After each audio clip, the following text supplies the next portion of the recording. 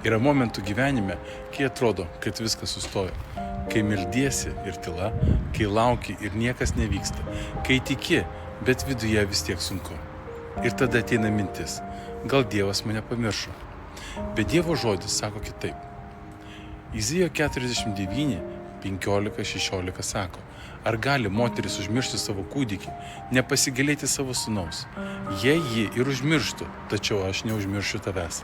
Aš įrašiau tave į savo rankos delną. Tavo sienos visada yra mano akise. Tu nesi pamirštas, tu nesi atsitiktinumas, tu nesi vienas iš daugelio.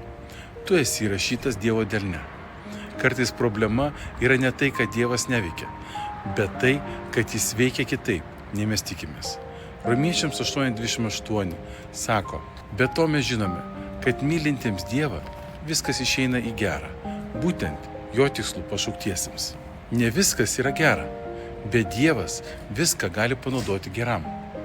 Ne tavo skausmą, ne tavo laukimą, ne tavo nusivylimą.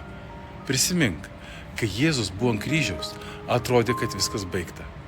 Tyla, tamsa, beviltiškumas. Bet būtent ten vyko didžiausias išgelbėjimo darbas. Tai, kas atrodė kitaip kaip pabaiga, buvo tik pradžia.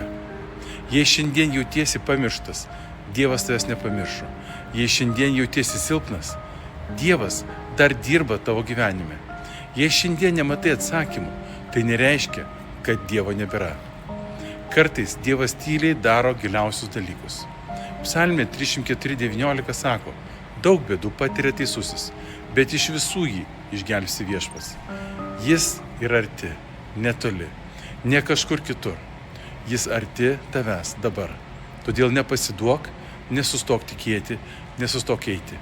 Nes Dievas, kuris pradėjo darbą tavyje, jį ir užbaigs.